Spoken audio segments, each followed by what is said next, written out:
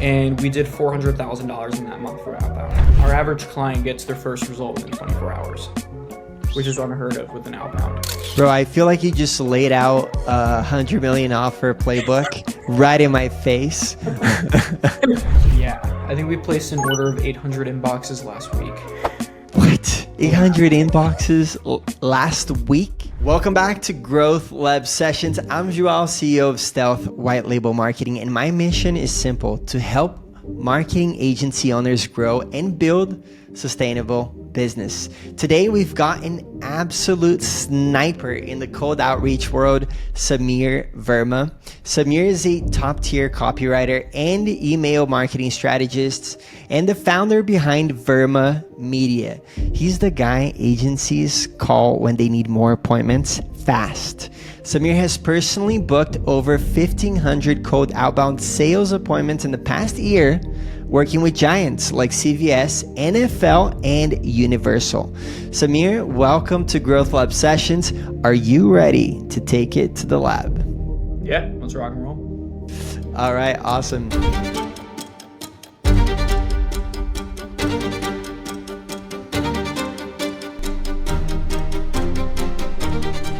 Man, thank you so much for jumping on.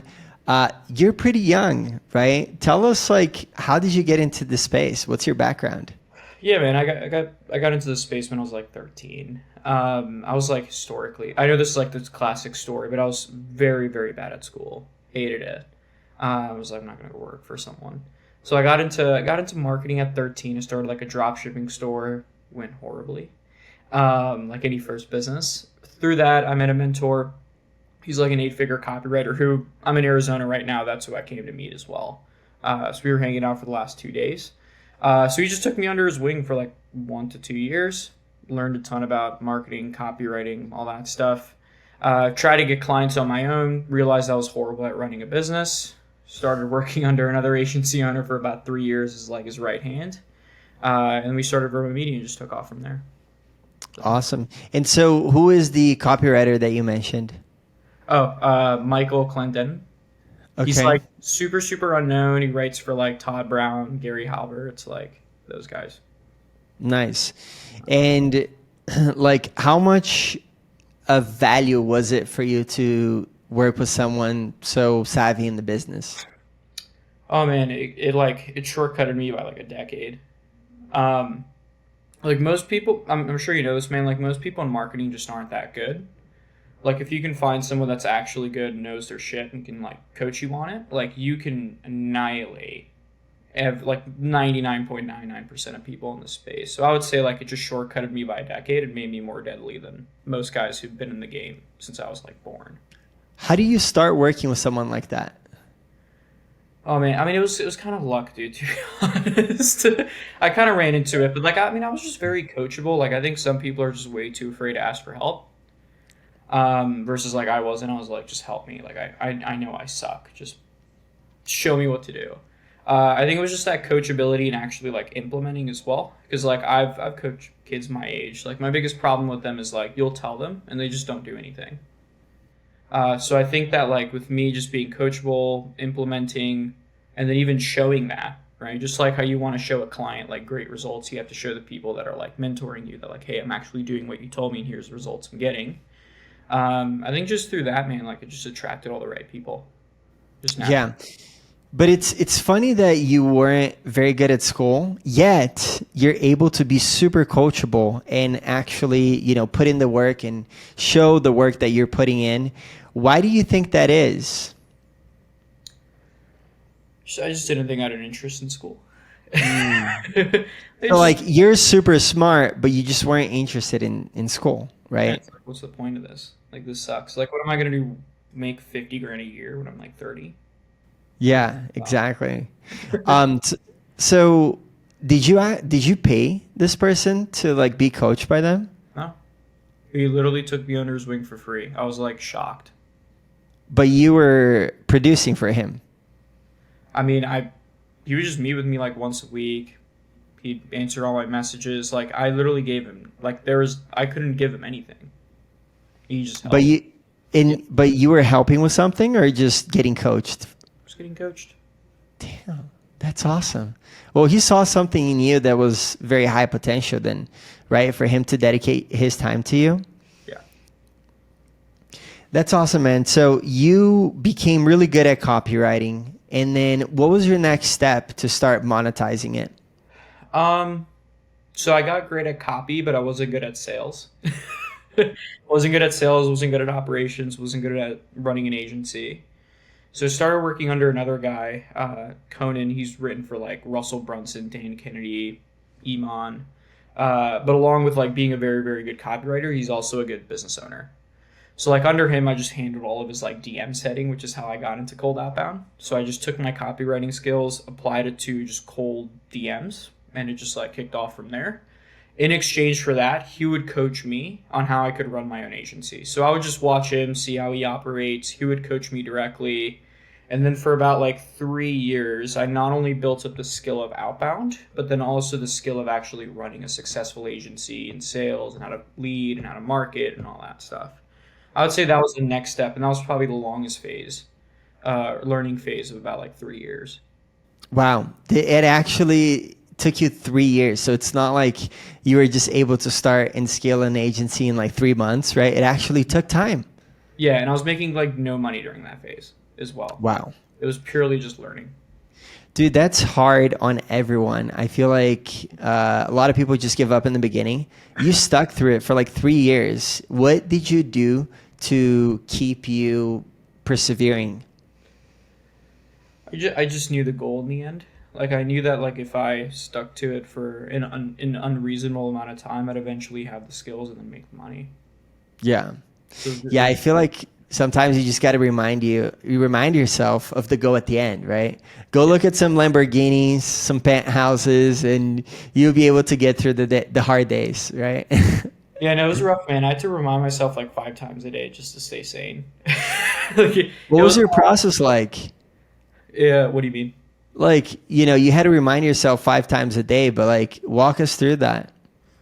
I picked up something called Morning Formula from Taylor Welch, where it's like you write down your 6-month goals, you write down your 12-month goals, your 3-year goals, and you just look at them every single day. Wow. That is what I did. Every single day I would just look at those.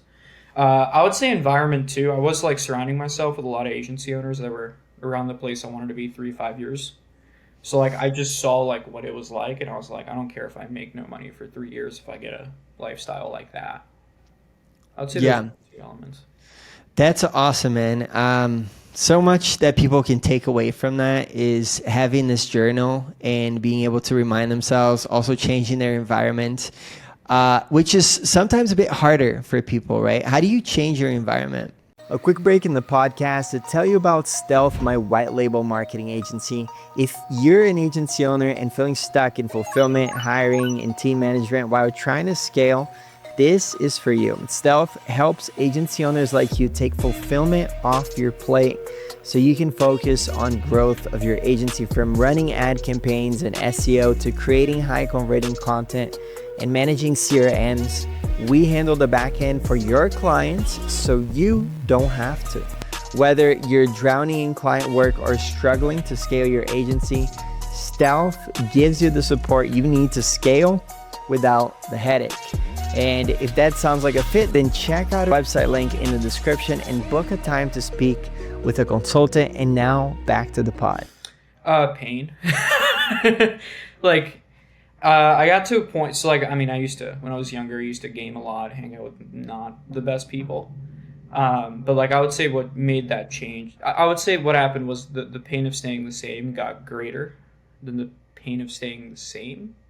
That makes sense. I don't know if I said that. Yeah. Yeah. But like, it was just more painful to just stay within those horrible environments than just change. So like, just naturally, I just got to a point where like, I just literally cut everyone off. Literally everyone. Spoke to no one. And then only surrounded myself with just higher level people. That's awesome, man. Good for you. And so how do you go from, like you said you learned how to sell, right? And so you learn how to generate leads, then you learn how to sell. But what thought process did you take in order to refine your niche and like to know who you want to work with? Yeah, so when we started the agency, we started working with a very broad range of clients. We took on like PR firms, we took on e-com agencies, we took on publishing companies, we took on, I don't know, like a coach, right? So like we worked with all of these different clients. And then like 3 to 6 months down the road, like I found that like some get really, really good results. Some pay us a ton of money. And then some are very, very easy to get results for. And then I found that there's a couple niches that fit all three. So what we did is like PR was one of them, fundraising was one of them. So we like solely just niche down within those verticals. And then what happened is now we're making like we charge way more than most of our competitors, and we still outsign them. On top of that, our results are really, really good as a result of it. And then our average client gets their first result within 24 hours, which is unheard of with an outbound. So like I think just niche, like finding those three core elements of who pays you the most, who do you get the best results for, and who's it easy to get results for, and then just sticking to that market literally made our agency 10 times easier.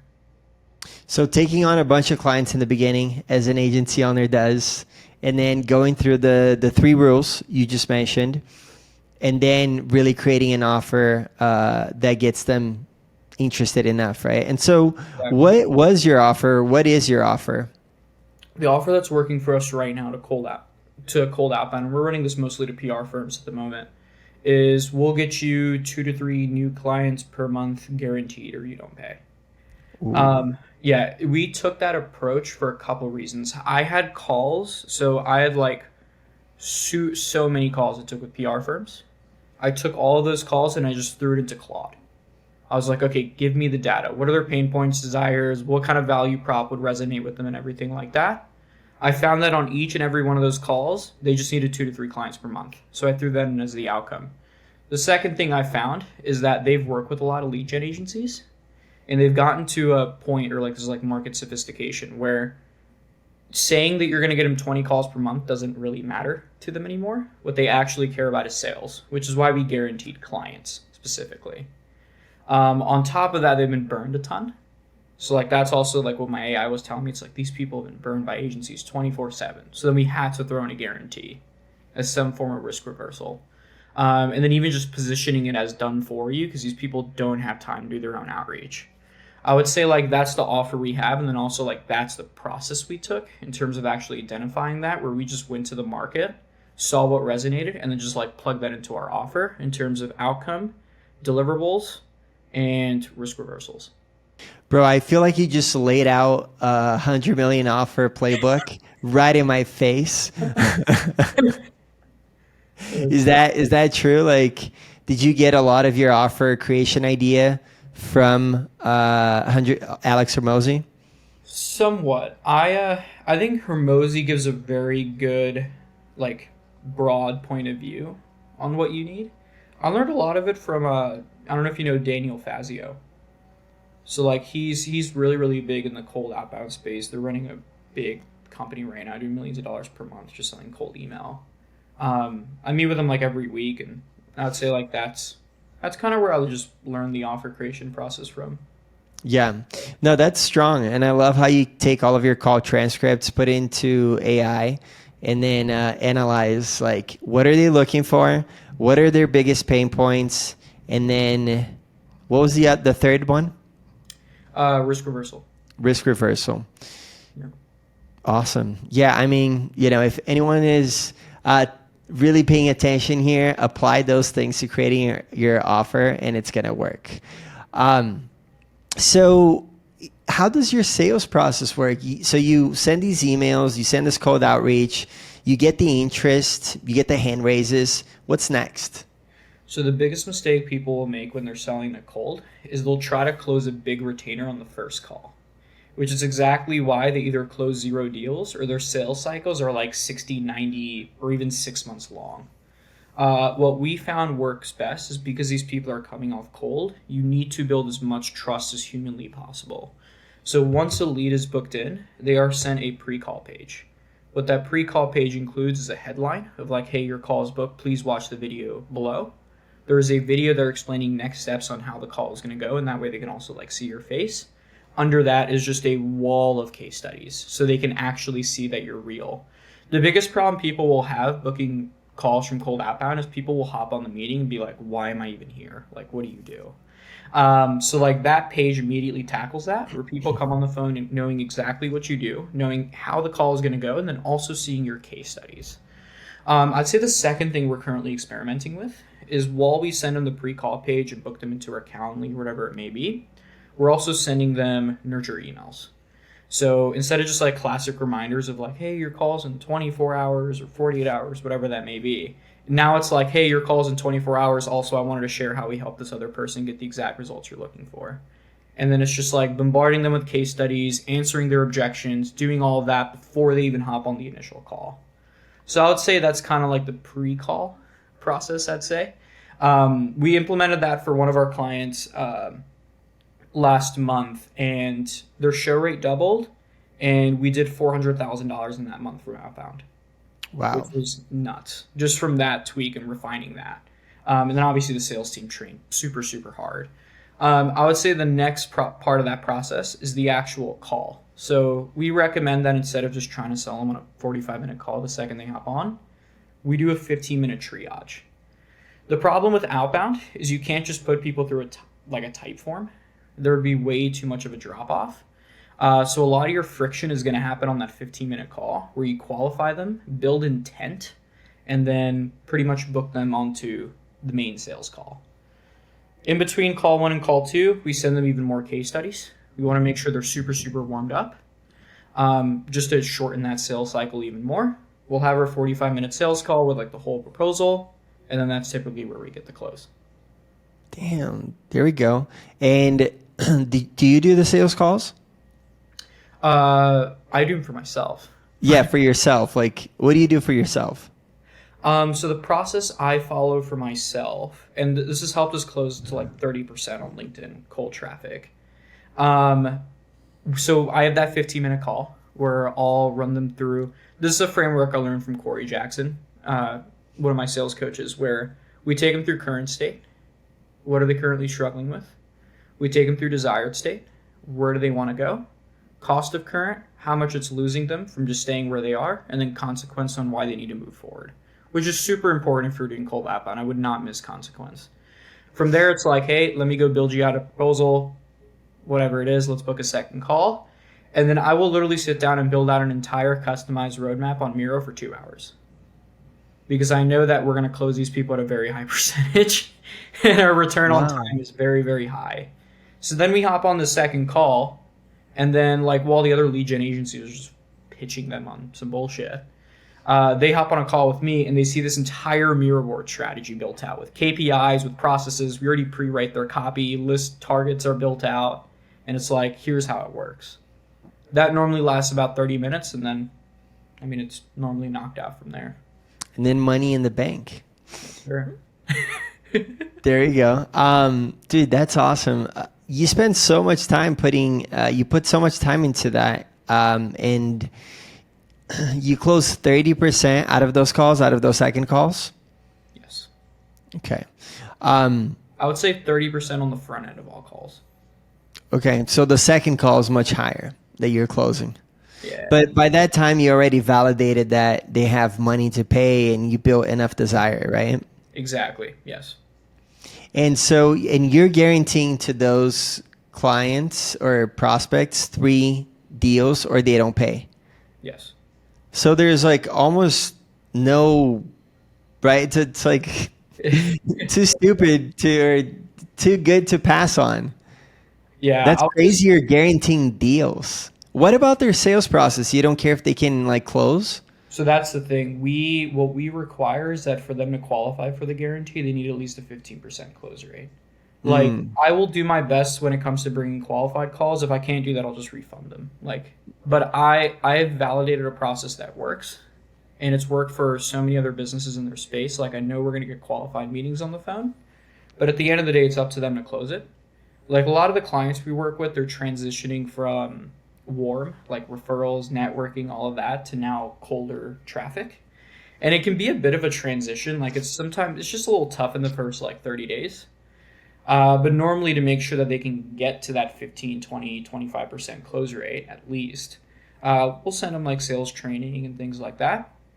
I just don't like to be super, super involved because I'm not a sales coach. At the end of the day, like it's my job to get qualified leads on the phone that have intent. But at the end of the day, it's up to you to close them. Yeah. Yeah, it's fair. I think that's super fair. And so do they give you access to their CRMs to see how many like deals you booked, where they're at in the pipeline stages, things like that?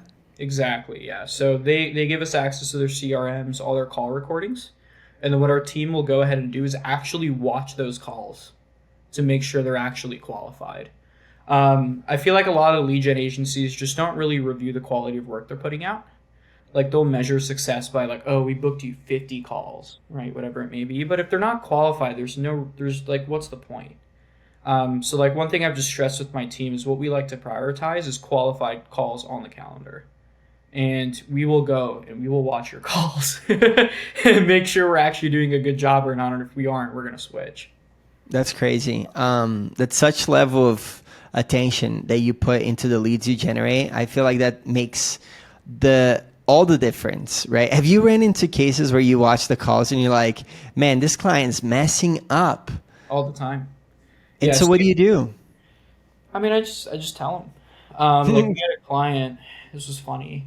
You're supposed to do like discovery, right? On a call where you're supposed to like ask questions first and then hop into a pitch. This client would ask one question and then rant for 45 minutes on her service. I was like, oh, geez. Like, no wonder you're barely closing any deals. Now, she was still adding like good money. Like, I think she added like 30 grand a month in new revenue, like in 30 days.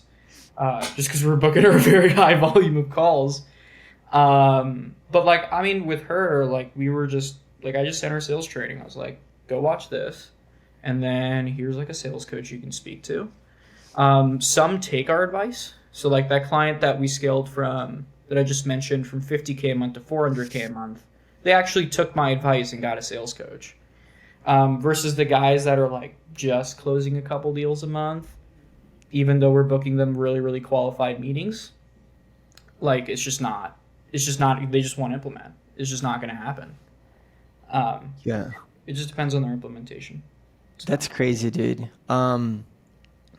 Yeah. If only clients listen to agencies' advice, right? Yeah. That's awesome. So let's talk about your sales process, your marketing. How many leads are you generating? How many sales calls are you generating a day for yourself? We're currently booking about two per day. Two a day. Okay. And then those are like highly qualified, as you mentioned, right? Yes. I mean, I think our qualification rate's like 70%. So Okay. like, I'd say a lot of that friction comes down to the 15-minute call.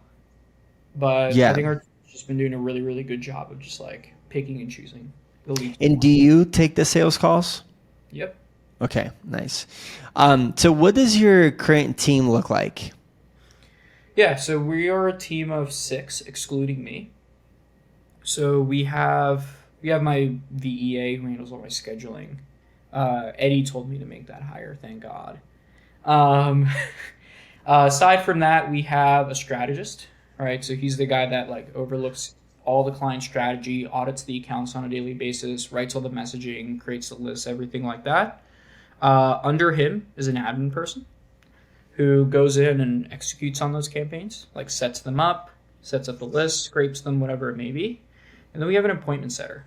So like our clients will get dozens and dozens of interested leads per day. And then their goal is to pretty much go in and convert those into a meeting and then obviously pre-qualify them, nurture them, whatever it may be. I'd say the only other guys we have 2 deliverability experts. So we set up accounts like inboxes directly with Google and Microsoft. So the way our strategy works is that instead of sending like 1,000 emails per day from one inbox, we'll send 1,000 emails per day from 50 different inboxes, each sending 20 emails per day. And then we have clients that like want 200, 300, 400 inboxes. And instead of like going through like a reseller, which most people will do, we directly set those accounts up with Google and Microsoft, which is honestly super time consuming. So just having those 2 guys just grind out hundreds of inboxes per week. And then I'd say like that's the team. Wow. Yeah, for sure. That makes all the difference. Like so many people have deliverability problems, right? Um, that's crazy. That's so many inboxes to set up. I'm Yeah, sure you have like a method down for doing all of that. yeah. I think we placed an order of 800 inboxes last week. What? Yeah. 800 inboxes last week? Yes. It wasn't fun, but it had to happen. All right, well, cool. And so what is your email deliverability? Yeah, so our framework, the way it works is so we'll have a domain. Under each domain is about 2 inboxes. So our rule is 2 inboxes per domain. Another thing we do is we diversify our email accounts. So if we have 100 inboxes, 50 of them will be from Google, and the other 50 would be from Microsoft. That way, if Google goes down, we have Microsoft, and Microsoft goes down, we have Google. And then based on our data, Google delivers better to Google inboxes, Microsoft delivers better to Microsoft inboxes. So we'll just like set that rule up. I would say that's one thing, and then each inbox is set up with what's called DMARC, SPF, IMAP, and DKIM, which is designed to show all these ESPs like Google and Microsoft that you're actually a real person. So I would say that's the next thing. From there, each inbox is only sending 15, 20 emails per day. We'll warm them up for about 14 to 18 days.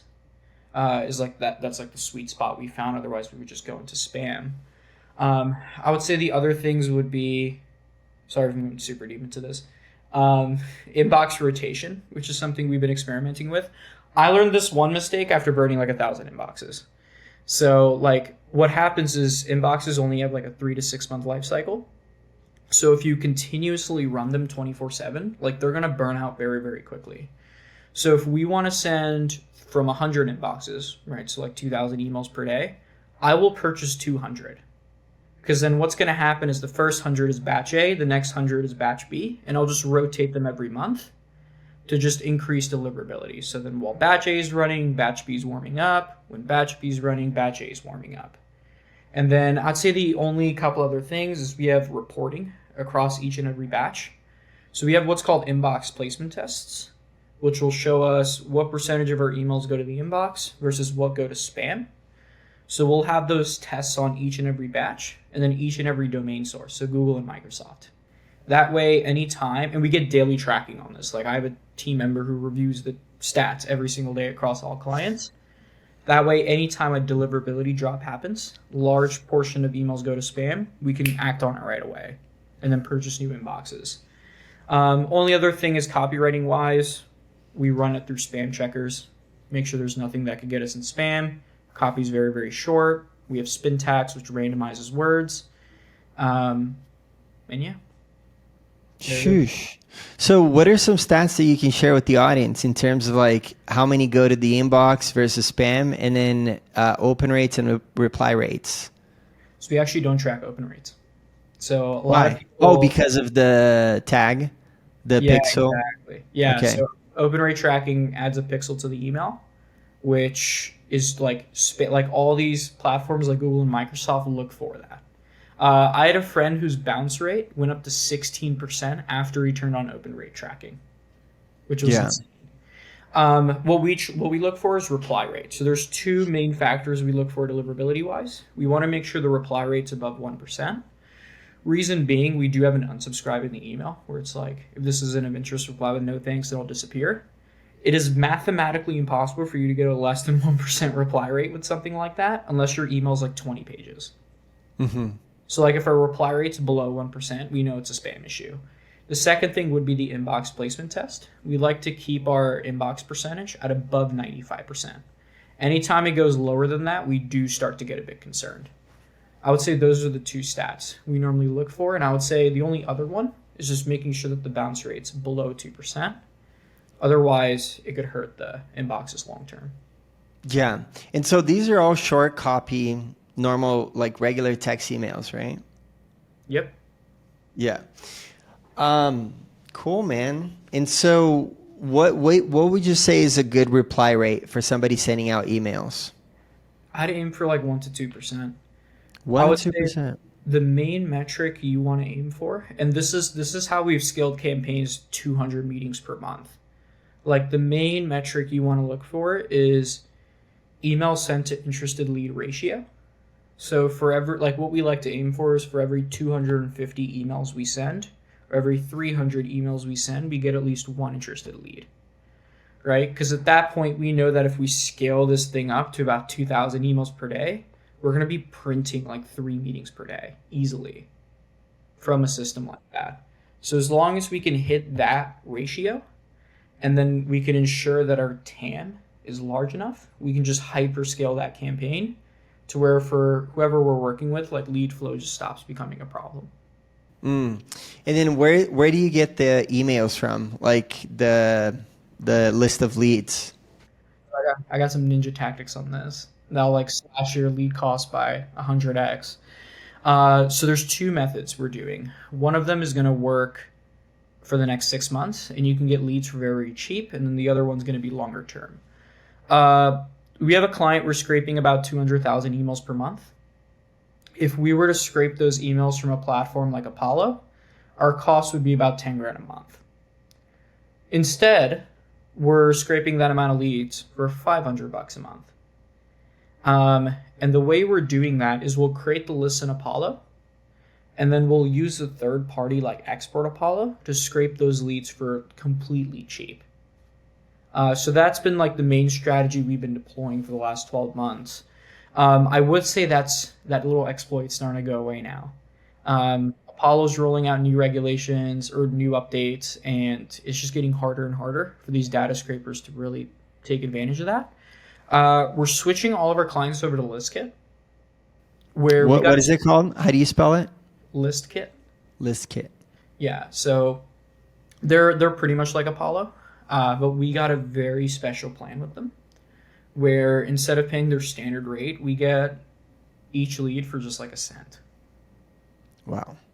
So like our costs maybe only went up by like 2x. And so when clients pay for your service, you do all of this for them. Yep. Like they're not paying the cost for the lead scraping. No, so that's normally separate from our service cost. It's kind of like their ad spend. Okay. I would say, yeah, clients cover that, but before they even work with us, like we just clearly outline like, here's what it's going to look like. Yeah. That way there's no surprises, which I've had happen before, and I'm like, oh crap, here we go. Yeah. So let's get into more details on this, right? So think of a agency owner kind of starting out, or agency owner already doing 5, 10K a month.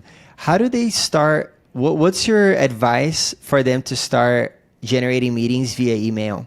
And then we can talk about generating meetings via LinkedIn. Cool. So if you're an agency that's around 5 to 10K a month and you want to scale up 20, 30, 40, 50K a month and beyond from email, I'd say the first part I'd recommend they start with is making their offer cold friendly. A lot of agencies are currently trying to sell the cold traffic the way they sell the warm traffic, which is exactly why they don't get any results. So they'll run offers like, hey, I'll come in and I'll write your Facebook ads and I'll do your e-com marketing. Like literally everyone says that. Like you can't do that. I would say first step is making the offer cold friendly. So like it needs to be able to convert cold traffic and build trust at scale. Elements to that is having a very specific outcome. So like with us, it's like get 2 to 3 new clients per month guaranteed. I would say timeline. So like when are you going to achieve that outcome? I'd say third element there would be positioning that offer as done for you as much as possible. Just because cold traffic just naturally converts better to done for you offers. I'd say the fourth element, a lot of people overlook this, like it's just having some form of risk reversal in the offer if you can. I wouldn't say it's like a super big requirement, but it does make everything like 3 times easier, right? So like an example of making an offer cold friendly would be like we had a client who she was running like a very generic offer where it's like, we'll help you grow your coaching business, right? Or well, I'll help you set up marketing systems for your consulting business. Like no one cares. We switched it to, and this was after just doing a bunch of market research. We'll get you corporate clients like Amazon, Discover Financial, and I don't know, MasterCard, right? So you can charge 5 and 6 figure price points. So like we switched the offer to something like that, and that business we scaled from actually like 10 grand a month all the way up to about $1 million a year run rate in about 12 months from just outbound. Wow. That's crazy. So, so that's the first step. I mean, like that's in terms of like creating an offer, right? Now, what's after that? After you've defined your offer that you feel confident about, what's the next step? I'd say the next step is actually building out the lead lists. So building on the lead lists and messaging. So for lead lists, what we like to do is identify your top 3 clients. The 3 elements, right? Who pays you the most, who gets the best results, who's the easiest to get results for. Get a list of like, I don't know, 3 or 5 of them, however many clients you have. And what you can do with a lot of data scraping tools is you can create lookalike lists. So you can actually create a list of people that are similar to those client profiles that get the best results with you and have the best case studies. That's how you would create the list. So you'd either do that through ListKit, or you would create that list within Apollo and then scrape it using a tool like Export Apollo as an example. From there, you'd verify the list using something like Million Verifier to make sure there's not like catch-alls or anything like that inside of there. And then there's your lead list. Next thing would be the... How many? Yeah. How many people should be in the lead list? At least 20,000. So like outbound is just one of those channels that works at scale. Like if you want a 100% guaranteed way to fail, make your team 1,000 people. Like trust me, I've tried it. Like PR firms, 3,000 people. I know how tough it is. Like if you want to make it easy, 20,000. Otherwise, it's going to be super difficult to work. Or you'll need to spend like thousands of dollars on like AI clay tables and things like that to like personalize each and every sentence. I'd say messaging wise, very simple framework. Hey, first name, here's our offer. Here's exactly who we did it for, who's similar for you. Would you be open to a call? Second email, reintroduce offer, introduce new case study. And then I'd say the third email is a lead magnet. Mind if I send a short video explaining exactly how we can get you XYZ result? 3-step email sequence. If you go anywhere above that, you're just going to get reported as spam. From there, so that's your list and messaging. Now you want to set up your actual deliverability infrastructure. There's 2 acquisition channels I would play, and this is how they would complement each other. First, start with cold email. We recommend getting at least 20 inboxes to start with. So that'd be like 400 emails per day. That way you're getting at least a lead per day to start with, and then you can scale it up from there. I would say the next part is obviously warming them up, setting them up, and everything like that.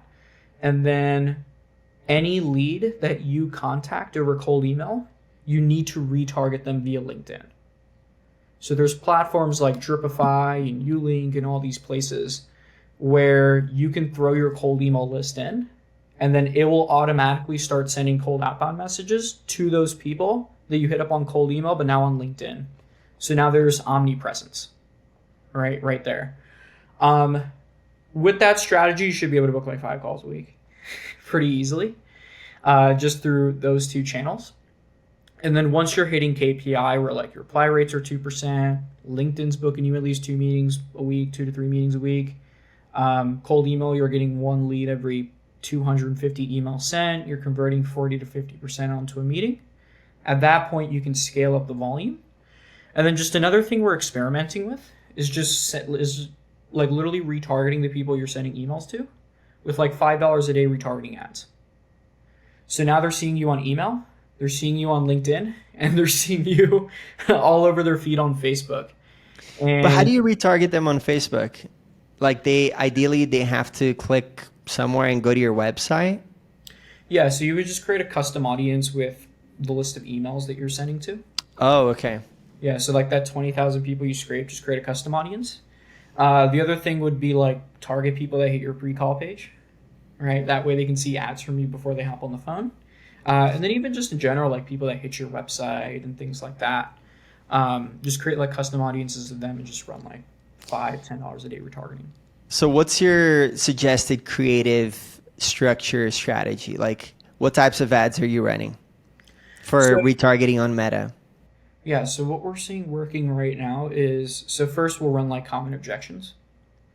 Like the reason they aren't going to respond to our outreach message is probably because of a couple objections, like past experiences with agencies and like things like that. So we'll kind of run things around that. We'll run a lot of case studies too. So we've seen that work as well. And then just general content. Like for me, like what we're running right now is why cold email is a very, very good channel, right? So like very top of funnel content like that, where it's just introducing the mechanism is what we're seeing really, really well. Like why cold email is great, what kind of results you can get with cold email, why it's better than paid ads and every other method you've ever tried. And then like why you got burned by an agency. Like, and then even like here's results we got for another client. I would just say like those, like just those couple things. Okay. Just do wonders. And so that's the strategy. Yep. Anything else? Oh man, we could go deep. That's like high level. I mean, no, yeah, like if you think, I mean, that's enough for booking like 5 meetings a week, right? Yeah. Okay. You now, can get crazy with it. But sorry. Yeah. Well, let's not get crazy with it yet. We're getting crazy enough, okay? It might not be crazy in your head, but it's already crazy for us listening out here of all of these 800 inboxes that you're getting or emails you're getting a week. Now, let's go back to the basics, right? Subject line and body copy. What's your strategy for that? Subject line, to be honest with you, hey, first name works wonders. Still works. We never test subject lines. It's like so irrelevant. Like it's insane. Body copy wise, I'll just give you my top cold email frameworks. It's either, hey, first name, I'm chatting with other people in your niche. Here's a common problem they're struggling with. In short, introduce your offer. Here's who we did it for. Would you be open to a call? That's the first one that's actively booking us like 6 calls a day on one of our clients. It's insane. Let me give you the one that's booking us 15 calls a day. Hey, first name, have you thought about doing XYZ? Right? Have you thought about doing cold email? Have you thought about, I don't know, like one of our clients is like, have you thought about writing a book? Have you thought about getting featured in these publications? Reason I ask, we helped insert case study, right? We helped this company get this result in this amount of time without them having to do this, completely done for them. Would you be open to a call? See if we can help you do something similar. I would say those are like our 2 highest performing cold email variations that I would test.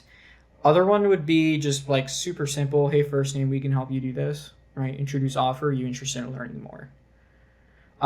You'll notice they're super straight to the point and simple.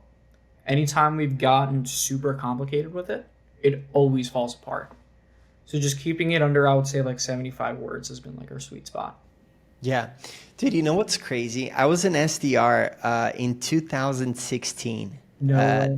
2016 I was an SDR and my job was booking calls via email, right? And I would chat with other entrepreneurs because I lived in San Francisco, which is full of like tech founders.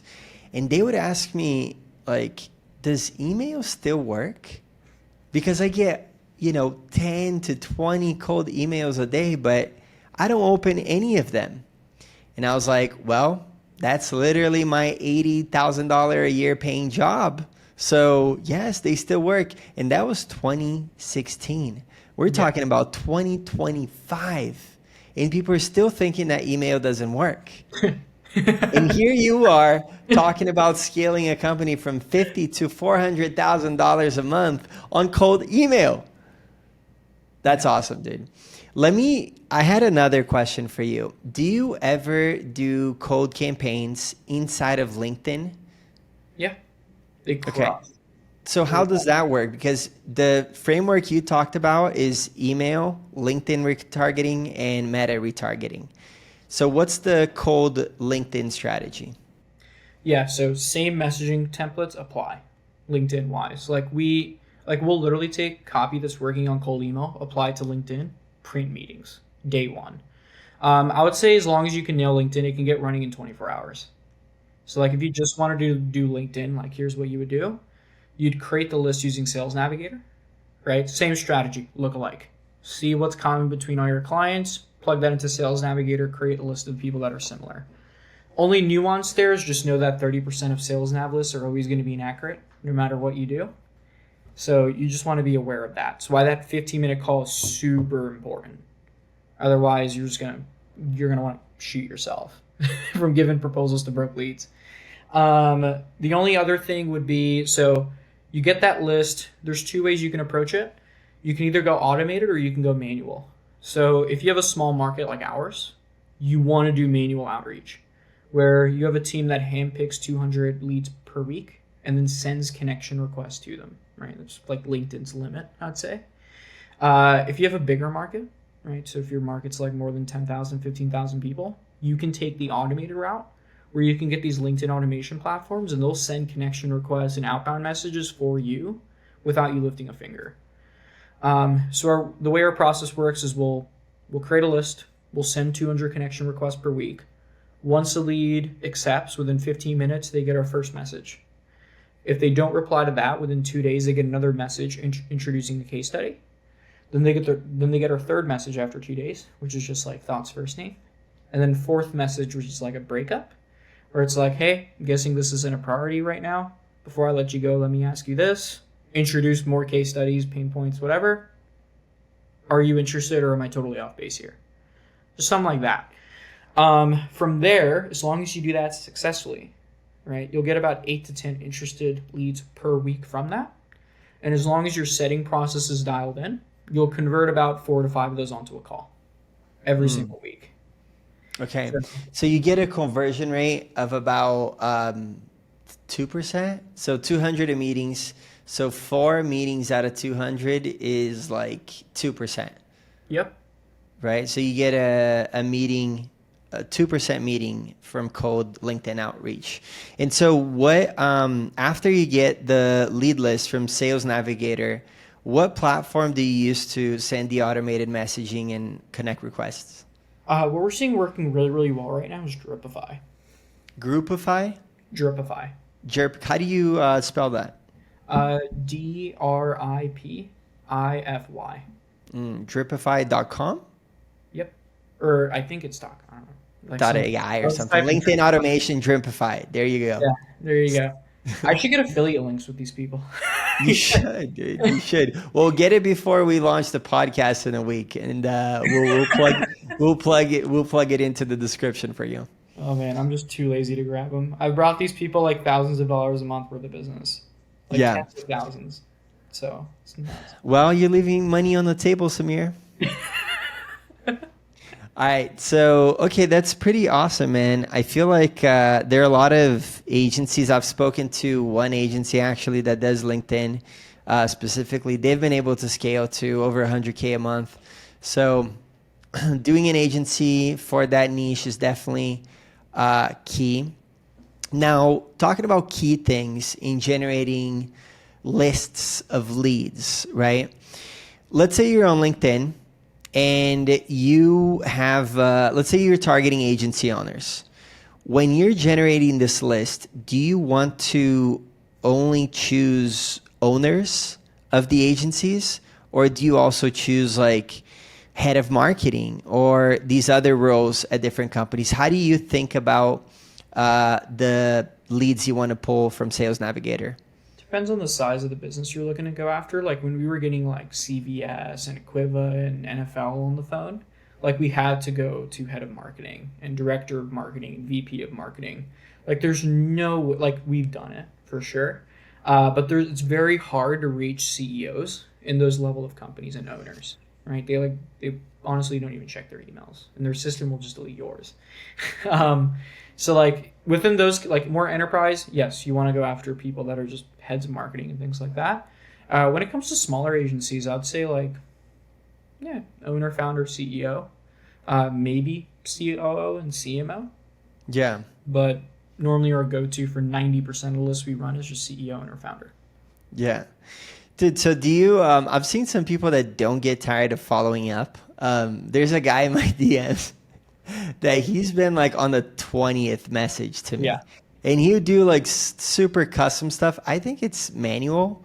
I'm not sure. Have you seen people go crazy with the follow-ups? Yeah, so there's a big point there. This was taught to me by my mentor when I was 13. The same guy I just met. The way you get the client determines the quality of the client. So if you act like a beggar and follow up with people 20, 30, 40 times, what happens is your status goes very, very low. So even if they do hop on the phone with you and become a client, it's going to be a nightmare. They're going to treat you horribly, and they're going to treat you as low status.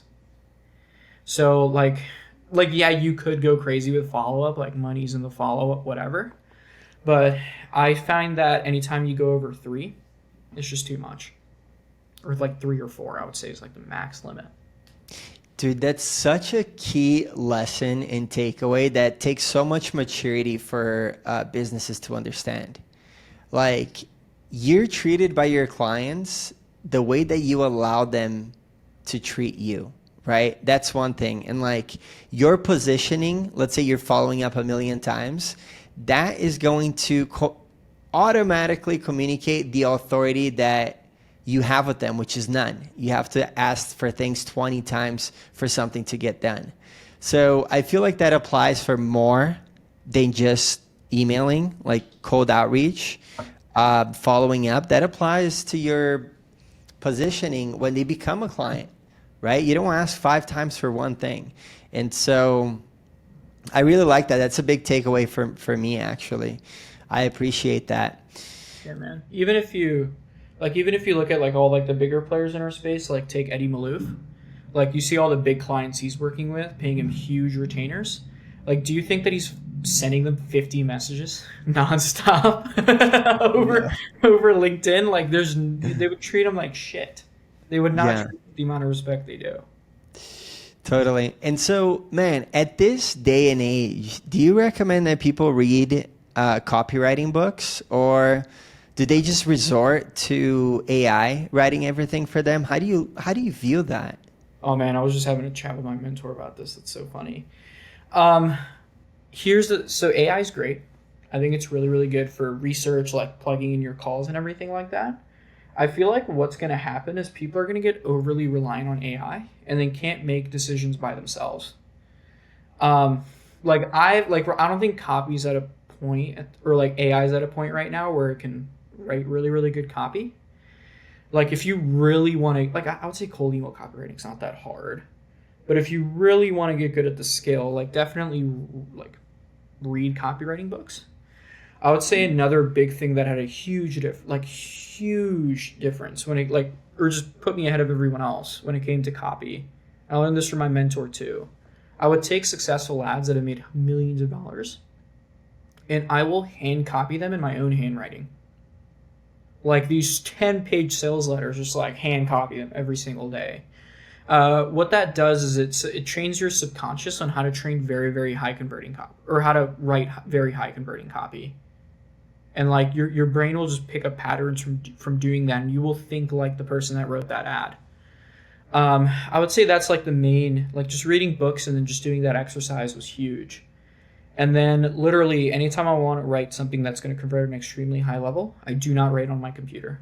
I pull out a pen and paper. Like even when I went to this guy's house, he's in like $20 million in sales through all the copy he's written.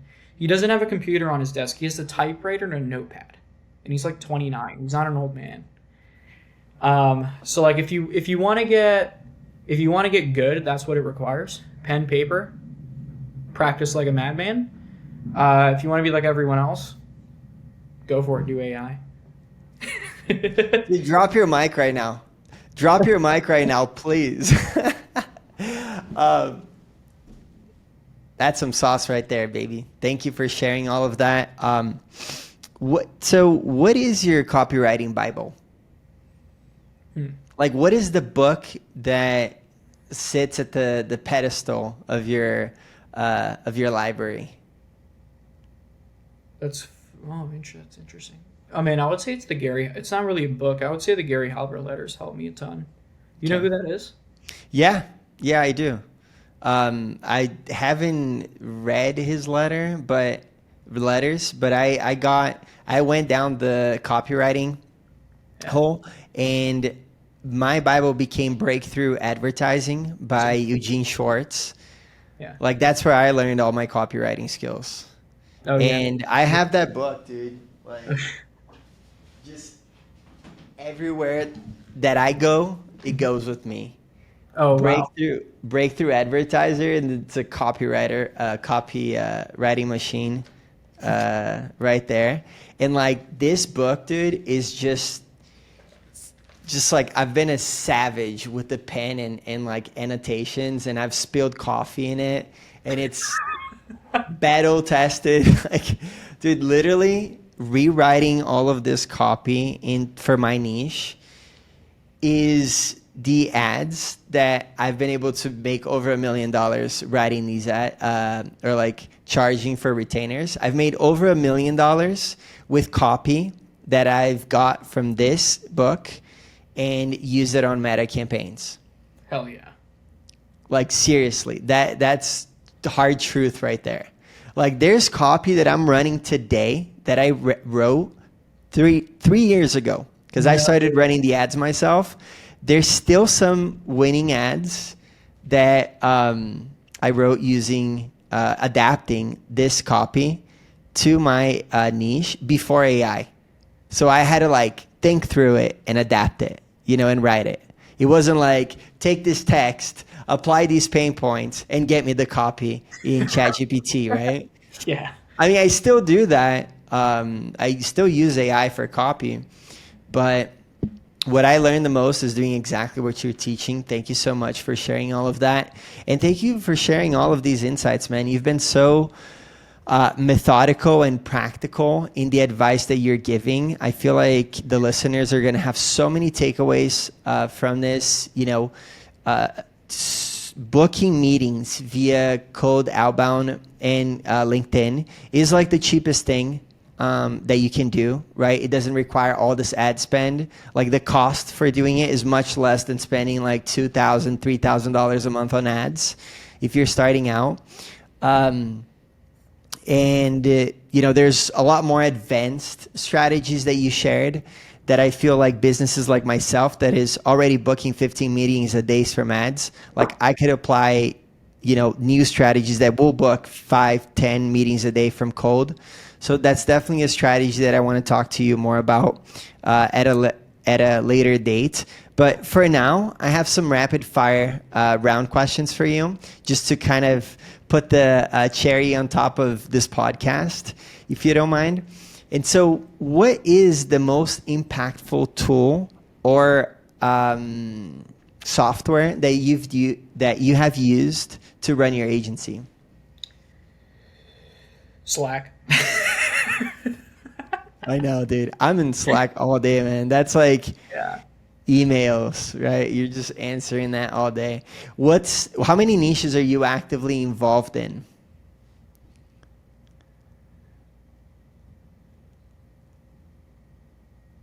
That's a great question. 5. What's your average monthly ad spend for marketing for your agency? Oh man, we're solely outbound, so this is going to be low. 0? No. Oh, retargeting ads? It's like $1,000 a month on retargeting ads. Can you share one unique tactic that you've used to acquire new clients? It's a great question. Man, I wouldn't say there's anything unique. It's all basics. Like It's all basic to when you've done it so much, but for people starting out, it's not gonna be. oh man, I'd say like this is actually something I would say the hidden element behind why our outbound works so well. And like I analyze this throughout all of our client campaigns. The ones that do really, really well have this common factor. The ones that don't do well literally lack this. It's having really good content out there. Like what? Oh, having content on your socials? Yeah, like talking about your process, sharing your case studies, showing your face, right? Like don't be a bedroom agency. Just like stuff like that. Like I know that probably sounds basic, but it's just like I would say that's made a 100x difference. Yeah. Dude, if you could automate one part of your business, what would it be? Ooh, oh man, I wish I could automate the strategy piece. Yeah, there's so many things you could automate, right? Now, this is a cool one for you. Which marketing trend do you think is overrated? AI copywriting. I love that. If you had to focus on only one marketing channel for growth, what would it be? Cold email. What's your current revenue and how are you initially funded? We're at about 40 grand a month, built from zero. Or not built from, whatever. Like, no funding at all. Right. Zero. For sure. So how do you manage your cash flow as you scale? I mean, we've just kept very, very high profits, which that's just like the way I like to operate. Dude, I'm brown, so I'll look at those expenses every single week. We run a very, very lean team. Yeah. We do a lot of overseas talent. Yeah. And like we don't spend a lot on acquisition because we do a lot of outbound. Amazing. What is the size of your team? 6 people, excluding me. And how do you approach hiring? Experience. We hire for experience. We hire for culture. Like I don't want people that are going to clock out at 5 p.m. It's very annoying. Like I don't do that either. I would say the other element would be overseas. So we aren't overpaying for talent or anything like that. There you go. And lastly, what's your biggest bottleneck today? Oh man, I got to focus more on the growth of the business. Like I've been very, very involved in fulfillment. Mm-hmm. Like anytime I leave fulfillment, and this happened literally last week, where we'll just sign like 5 people in a week, just out of nowhere. Yeah. So like I would say just getting myself out of fulfillment, more on focusing on the business, would be the main bottleneck at the moment. So, Samir, this has been an incredible conversation. And before we sign off, what's one piece of advice that you would give to agency owners looking to scale? Start advertising more than what is required. And trust me, you'll grow. Awesome. Well, thanks for joining us, and everyone tuning in. Make sure to subscribe to Growth Lab Sessions so you never miss an episode. If you found this conversation valuable, leave us a review, a comment, and follow me on Instagram, LinkedIn for more agency growth strategies. But before we sign off, Samir, where can people find you? Instagram, Samir Verma 01. It's like my tag. LinkedIn, I'm pretty active on there. I would say those are the 2 main sources. Guys, for you listening, I invite you to go follow Samir and share one piece of advice that really worked for you, because he laid on some sauce. If you're listening and you apply the things that, and if you're coachable, as Samir has been and was, particularly in the beginning, you're going to be able to get a lot of success. Thanks for tuning in. I'll see you on the next one.